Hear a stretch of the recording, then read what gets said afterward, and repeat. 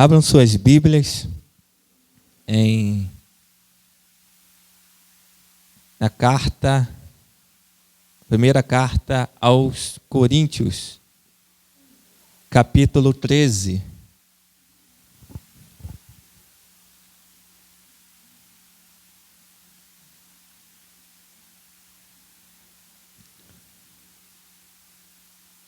Primeira carta aos Coríntios, capítulo 13.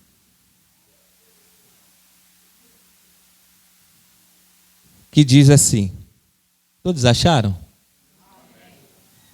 Ainda que eu falasse a língua dos homens e dos anjos, e não tivesse o amor, seria como um metal que soa ou como um sino que tine. E ainda que tivesse o dom de profecia e conhecesse todos os mistérios e toda a ciência, e ainda que tivesse toda a fé, de maneira tal que transportasse os montes, e não tivesse o amor, nada seria. Ainda que distribuísse toda a minha fortuna para o sustento dos pobres, e ainda que entregasse o meu corpo para ser queimado, e não tivesse amor, nada disso me aproveitaria. O amor é sofredor, o amor é benigno, o amor não é invejoso, o amor não trata com leviandade, não se ensoberbece, não se porta com indecência, não busca os seus interesses, não se irrita, não suspeita mal, mas folga com a verdade. Tudo sofre, tudo crê, tudo espera, tudo suporta. Versículo 13. Agora, pois, permanecem a fé, a esperança e o amor. Estes três, mas o maior destes é o amor. Toma o seu assento em nome de Jesus.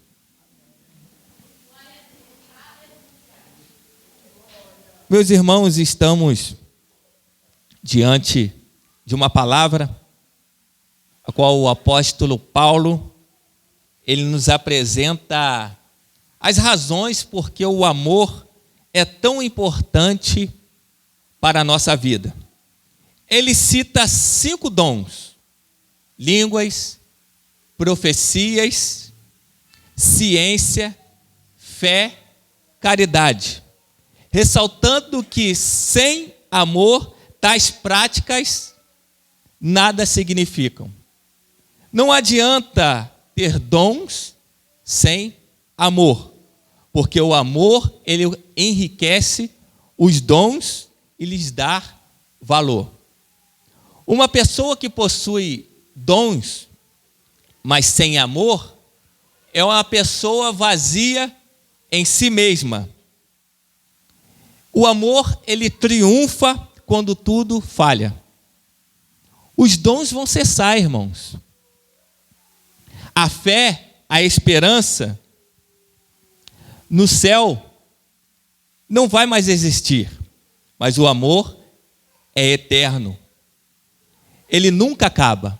O amor é a marca registrada de uma igreja, ou seja, é o seu cartão de visita.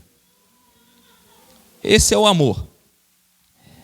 O amor é a verdadeira evidência da nossa conversão. Na primeira carta de João, capítulo 3, versículo 14, diz assim: nós sabemos que já passamos da morte para a vida, porque amamos os irmãos. Quem não ama, permanece na morte. E no capítulo 13, a qual eu acabei de ler, Paulo, ele começa falando sobre os dons espirituais. Já no versículo 4 em diante, Paulo ensina como se deve amar na prática.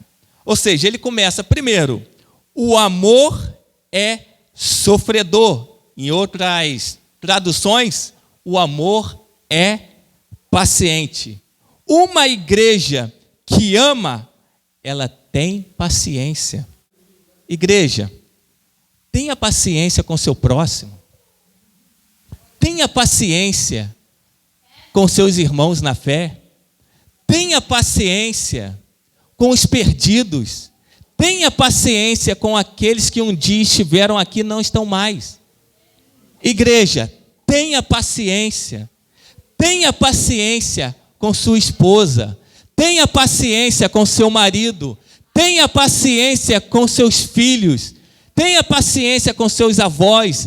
Tenha paciência com quem trabalha à sua volta. Tenha paciência, igreja, com seus vizinhos. Tenha paciência com aqueles que estão ao seu redor. Por quê? Uma igreja que ama, ela é paciente. E Paulo, ele começa dando esse ensinamento. O amor é sofredor, é a mesma coisa de ser paciente.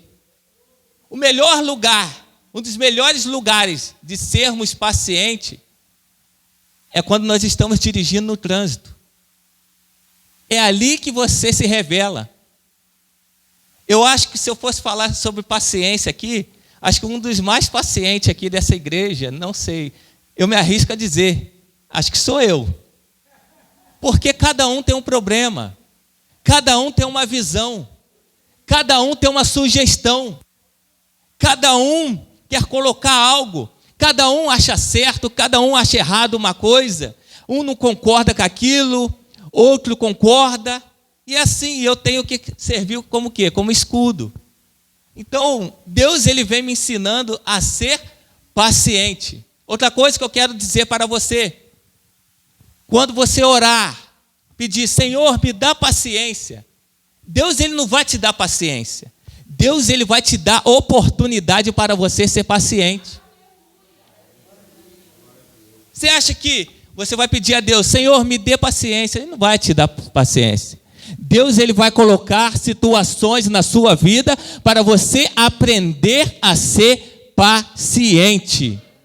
E através disso, ele vai se aperfeiçoando na sua vida. Então, igreja, a marca de uma igreja que tem o amor, ela é paciente. Segundo, o apóstolo Paulo, ele continua dizendo, o amor é benigno. O que significa a palavra benigno? Qualidade de ser bom. Uma igreja que ama, ela é benigna, caridosa, humana, bondosa, generosa, misericordiosa. Meus amados irmãos, faça o bem para o teu próximo. O próximo é todo aquele que se coloca no seu caminho, precisando de uma ajuda. Esse é teu próximo. Quem é meu próximo, Rafael? É só o irmão da igreja? Não. O seu próximo é aquele espírita. O seu próximo é aquele que é da Umbanda. O seu próximo é aqueles que estão por aí afora, perdidos no mundo. O seu próximo são os católicos. É aqueles que se colocam no seu caminho precisando de ajuda. E Paulo está nos dizendo assim, o amor é benigno. Ou seja, igreja, seja caridosa. Igreja, seja mais humana. Igreja, seja bondosa. Seja misericordiosa. Então nós precisamos ser benignos. Em Romanos, capítulo 12, versículo 21 diz, não se deixem vencer pelo mal, mas vençam o mal com o bem. Ou seja, quem ama é benigno. E uma igreja que ama é benigna e o amor está nela. Quando te fizerem mal, irmãos, não retribui com o mal, mas façam o bem. Faça o bem, igreja, para aqueles que te magoaram. Perdoa para aqueles que lançaram palavras que te deixaram para baixo, palavras negativas, palavras que te desanimaram. Faça o bem para essas pessoas, porque quem ama é benigno. E essa é a marca registrada de uma igreja que ama, é ser benigna. Terceiro, ele continua dizendo, o amor não é invejoso. Em outras traduções, não arde de ciúmes. O amor não é invejoso. que significa isso? Querer estar na posição do outro ou em um desejo compulsivo para ter posse daquilo que é de alguém. Eu acho que isso não tem dentro da igreja. Inveja dentro da igreja, acho que não tem isso não. Meu irmão, uma igreja que ama não arde em ciúmes. Ninguém inveja aquilo que é do outro. Pelo contrário, torce para que dê certo aquilo que o outro conseguiu possuir. Tantos irmãos que eu conheço, tem a irmã Eliette, ela agora abriu seu próprio negócio. Sempre quando, nas minhas orações, eu estou ali orando, Senhor, abençoe a vida dela, abençoe os negócios dela. Porque uma igreja que ama não arde de ciúmes, ou seja, de invejas. Quando seu irmão conseguiu uma vitória, glorifica com ele, se alegra com ele, se alegra na vitória dele, porque a vitória dele é sua vitória também, meu irmão. Não arde de ciúmes. Eu vejo tantas pessoas por aí afora ardendo de ciúmes. Fulano prega bem, fulano canta bem, mas não, naquilo ali faz para se engrandecer. Para com isso, irmão. Uma verdadeira igreja, ela ama, não arde em ciúmes. Pelo contrário, ela se alegra pelo dom que Deus deu para aquele irmão. Enquanto eu e você estivermos ardendo de ciúmes pelo dom que o irmão recebeu, meu filho, nós não vamos ganhar nada, nós não vamos receber nada de Deus. Isso é característica de uma verdadeira igreja. O amor é isso. O amor verdadeiro não arde de inveja, ou seja, ele não torce pelo fracasso do irmão. Quantas pessoas torcendo pelo fracasso do seu irmão? Tantas pessoas sofrendo para aquele negócio que o irmão abriu não dê certo. Tantas pessoas torcendo para que o seu irmão não venha a ser bem sucedido quando está louvando, quando está pregando, quando está dando aula, ensinando, regendo, fazendo outras coisas para o reino. Quantas pessoas assim? Quantas pessoas que estão doentes, mesmo dentro da casa de Deus, porque invejam aquilo que é do outro. Deixa eu te dizer uma coisa nessa noite, meu irmão. Torça pela vitória do teu irmão, porque você torcendo pela vitória do teu irmão, Deus abre as comportas do céu e derrama bênçãos sem medida para a sua vida também, derrama os dons sobre a tua vida também, mas continue torcendo por o seu irmão. Você sabe por quê também? Se eu não torcer pelo teu irmão, se eu não torcer pelo meu irmão, eu fico doente. Se eu não torcer por vocês, eu fico doente. Você sabe por quê? Nós somos um corpo. E o corpo é composto por vários membros. Se um membro não vai bem, o corpo todo vai mal. É por isso que eu tenho que torcer para o meu irmão. É por isso que eu tenho que me alegrar na vitória dele. E Paulo ele continua dizendo, quarto, o amor não se ensoberbece. Sabe o que isso significa? Não se gloria. O amor não se ensoberbece. Ou seja, ele não se gloria. Estamos, irmãos, vivenciando em um mundo que as pessoas são humilhadas o tempo todo. As pessoas são humilhadas no trabalho. As pessoas são humilhadas dentro das escolas, na faculdade, o tempo inteiro. As pessoas são humilhadas dentro da igreja. O tempo inteiro as pessoas são humilhadas. Então, Paulo está dizendo, quem ama não ensoberbece sobre o outro. É isso que Paulo está ensinando. Não humilhe o seu próximo. Tantos maridos humilhando suas esposas. Tantas esposas humilhando seus esposos. Quantas pessoas que não têm mais respeito uns pelos outros. A sociedade está precisando de respeito. Respeita a sua esposa. Respeita o seu marido. Respeita os seus filhos. Filhos, respeitem os seus pais. Respeitem seus avós. Respeitem seus irmãos. Quanta liderança sendo humilhada por membros, porque não tem mais respeito. E o apóstolo Paulo, ele está dizendo: o amor não ensoberbece, ou seja, ele não humilha o seu próximo. Aí, ele continua dizendo em quinto: quem ama não conduz inconvenientemente. Em outras traduções, ou com leviandade. Paulo está dizendo o seguinte: quem ama não desrespeita o próximo. É isso que Paulo está dizendo. Quantas pessoas desrespeitando as que têm mais idades? Quantas pessoas desrespeitando os professores nas escolas? Quantas pessoas desrespeitando a liderança? Quantas pessoas, até mesmo dentro da igreja, desrespeitando uns aos outros? E Paulo está dizendo o seguinte: o amor não conduz com inconvenientemente ou com leviandade. Quem ama, irmão, respeita o teu próximo. Quem ama, respeita a decisão do outro. Quem ama, respeita as suas decisões.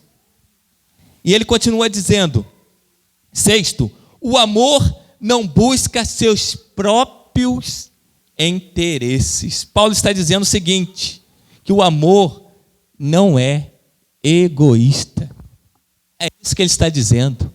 O amor não é egoísta. O meu carro, a minha moto, o meu ministério, a minha casa, o meu dinheiro, quem ama, irmão, não busca seus próprios interesses, não é egoísta, ou seja, quem ama, reparte. É isso que Paulo está dizendo, reparte. Meu irmão, reparta o amor que tem na sua vida. Cristo já nos resgatou, Cristo já nos salvou. Reparta, irmãos, esse amor tão grandioso que Cristo nos proporcionou. Ele passou por tudo aquilo, meu irmão. Não porque nós éramos bonzinhos, não. Mas para nos salvar, para nos livrar da morte. É por isso que você está aqui. Você só está aqui porque algum dia alguém falou da palavra para você. Você só está aqui porque um dia alguém te evangelizou. Você só está aqui porque alguém teve amor para te evangelizar. Então compartilhe esse amor. Fale de Jesus. Então fale desse amor. O amor não busca seus próprios interesses. Tem gente que só ajuda na intenção de receber.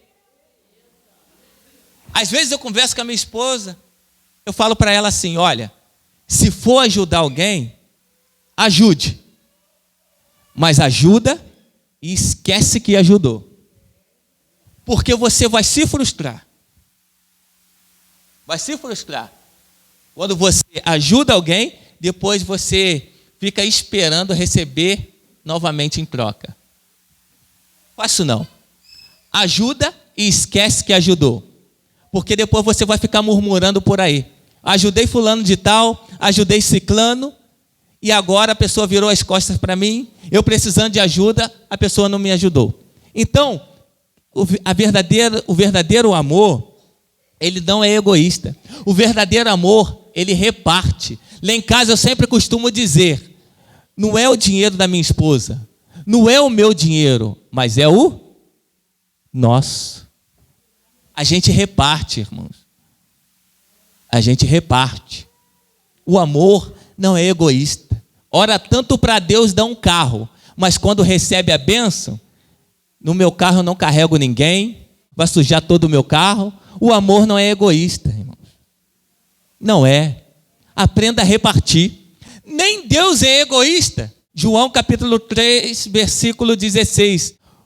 Porque Deus amou o mundo de tal maneira que deu.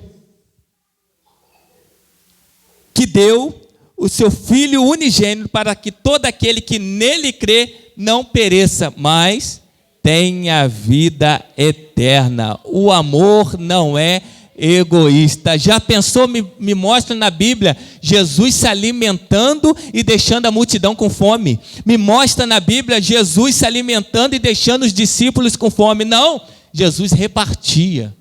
Ou seja, porque Jesus está ensinando o amor verdadeiro. O amor não é egoísta. Aí ele continua dizendo, em sétimo, o amor não se irrita com facilidade. Em outras traduções, e não suspeita mal ou não guarda rancor. Quem ama, irmão, não tem ódio. Quem ama não guarda amargura. Quem ama não guarda rancor. Quem ama é longânimo. Imagine se Deus, ele não fosse longânimo para conosco. Imagine, por causa desse amor que está em nós, não saímos da graça facilmente, irmãos. Porque quem ama não se irrita facilmente, ou seja, é longânimo. Já pensou? Todos os nossos pecados que nós cometemos todos os dias, Deus, ele fosse se irritar e nos desse um castigo. Já pensou? Mas não, Deus é longânimo. Ele é tardio para se irar-se. Então, Deus ele está falando para a igreja assim, ó, o amor não guarda rancor. Não guarda. Por quê, meu irmão? Nessa noite, larga esse ódio. Larga essa raiva. Larga esse rancor. Por quê? Você tem tudo isso porque isso é falta de amor. Já foi comprovado que várias pessoas estão doentes porque guardam ódio, guardam rancor. O ódio é a mesma coisa de eu preparar um copo de veneno para você e eu mesmo tomar. Isso me faz mal. Então o verdadeiro amor é esse. Não guarda rancor, não guarda ódio, não guarda amargura. Às vezes eu fico pensando, presbítero Zé Reis, as pessoas não vêm para a ceia falando que não estou preparado para tomar ceia. Por isso que eu não fui nem vou tomar. Mas eu acho que é interessante. Como é que depois no culto vem tocar? Como é que no culto vem receber a oportunidade? Qual a diferença de você não poder tomar ceia e depois vir tocar, depois vir cantar, dirigir trabalho? Qual a diferença? Me mostra a diferença, irmão. Você está errado do mesmo jeito. Eu não vou tomar ceia porque eu estou com ódio no coração, mas vem cantar, vem tocar, vem pregar. É a mesma coisa, irmãos. Um culto não é diferente do que do outro. Está errado do mesmo jeito. Mas ele continua dizendo, o amor não se alegra com a injustiça, mas se alegra com a verdade. Ou seja, o amor é justo e não injusto. Eu já falei isso daqui. Quando uma pessoa cai, a gente não tem que torcer pelo mal dela, mas a gente tem que se entristecer. Eu vou correr mais um pouco por causa da hora. Aí depois ele continua. O amor tudo sofre. Ou seja, é alguém que segura uma carga para a outra não sofrer. O amor tudo sofre. No grego, essa palavra, ela nos dá a ideia de uma cobertura. Ou seja, uma cobertura de uma casa. Quando chove, o sol está quente, o que essa cobertura faz? Essa cobertura protege aquilo que está dentro. Essa palavra no grego ela tem esse sentido. Então, quem ama, tudo sofre. Quem ama, tudo suporta. O marido, ele às vezes é humilhado no serviço, mas chega em casa e ele fala para a esposa assim. A esposa pergunta para ele, está tudo bem? Ele fala, está tudo ótimo, esposa. Ou vice-versa. A pessoa é humilhada em algum lugar, ela chega em casa, ela não conta que foi humilhada. Para quê? para proteger aquilo que está dentro. Então, o amor tudo sofre. Meu irmão, te humilharam, te entristeceram, te desanimaram com palavras. Perdoa. Alguém errou com você? Perdoa. Porque o amor tudo sofre. Tudo sofre, irmão. E ele continua dizendo: o amor tudo crê. Essa palavra significa que tudo confia. Eu gosto muito dessa palavra. Tudo crê, tudo confia. Crer não é da boca para fora. Crer é quando seu filho ou sua filha está nas drogas, na prostituição, e você já está quase perdendo a esperança, mas você ali continua orando por ele. Um dia ele vai estar aqui. Tudo crê.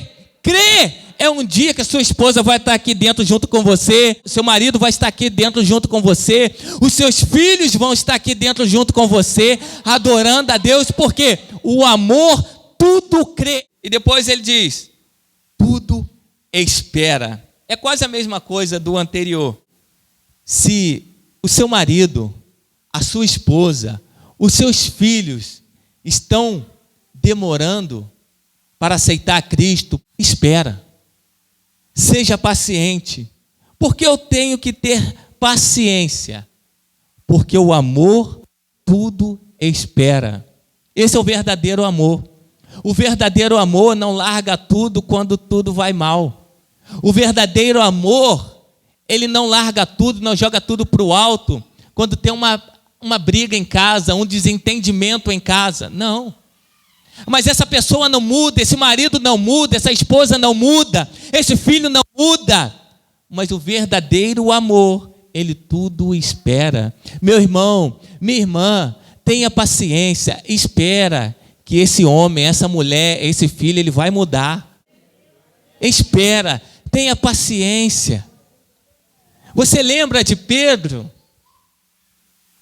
Pedro começou a andar sobre as águas.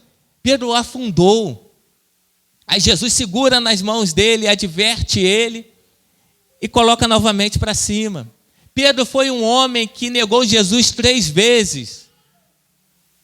Pedro foi um homem que deu lugar para Satanás e foi repreendido pelo próprio Cristo. Mas Jesus tinha esse amor, tudo espera. Tinha tudo para largar Pedro. Esse homem cortou a orelha de Malco. Tinha tudo para largar Pedro, desistir dele. Mas Jesus esperou. Aí você começa a ver a conversão desse homem lá em Atos. A sombra dele curava. Coxo começava a andar. Num discurso que aquele homem deu, quase 3.000 almas se converteram. Ou seja, por quê? Jesus demonstrou o amor. O amor tudo espera. Espera, irmãos. A sua velocidade não é a mesma velocidade do que teu irmão. Ele vai mudar. A minha velocidade não é a mesma velocidade, talvez, de um diácono, de um pastor, de um obreiro. Então eu tenho que esperar, eu tenho que ser paciente. E Deus vem me ensinando a ser paciente. Tem uns que é elétrico demais, mas tem uns que é devagar. Então espera, vai no passo dele, deixa ele vir. Daqui a pouco ele já está mudando o passo, já está compreendendo melhor, já está tomando atitude por conta própria, porque o amor, ele espera. Depois, tudo suporta. Quem ama, perdoa, irmãos. Errou várias vezes? Perdoa. Perdoa as falhas do seu próximo. Perdoa as falhas dos seus irmãos. Perdoa a falha do seu dirigente. Eu também sou falho, então perdoa. A probabilidade de eu entristecer aqui, eu acho que a maior é a minha. Porque eu lido com vários tipos de pessoas. Então eu corro o risco de desagradar muitas pessoas. Mas então se eu errei, perdoa. Perdoa o dirigente, perdoa os presbíteros, perdoa as regentes, perdoa os músicos. Perdoa, vamos perdoar, igreja. Vamos perdoar, porque quem ama, perdoa. Vamos nos colocar de pé, irmãos? Para que possamos entrar na passagem da ceia. Vamos amar mais, igreja. Talvez você não tenha nada de material para dar para outra pessoa, mas um abraço, uma oração você tem. A maior demonstração de amor foi o que Cristo fez por nós na cruz do Calvário. Você lembra em Romanos capítulo 5, versículo 8, diz assim: mas Deus prova o seu amor para conosco, em que Cristo morreu por nós, sendo ainda pecadores. Cristo não morreu por mim, por você, por nós, quando nós estávamos usando um terno, uma gravata. Cristo não morreu por nós, quando nós estávamos com uma Bíblia debaixo do braço. Não! Cristo morreu por nós quando nós ainda éramos pecadores, quando nós estávamos perdidos no mundo, quando nós estávamos ainda no lamaçal de pecados, fazendo as vontades da carne. Foi lá que Cristo nos resgatou, e por isso que eu e você estamos aqui, e para Ele toda honra, toda glória, todo louvor, nós devemos dar glória a Ele. Então vamos amar mais, igreja. Vamos sair daqui com essa convicção. Vamos sair daqui com essa palavra. Ama o teu próximo. Ama as pessoas. Ama o seu vizinho.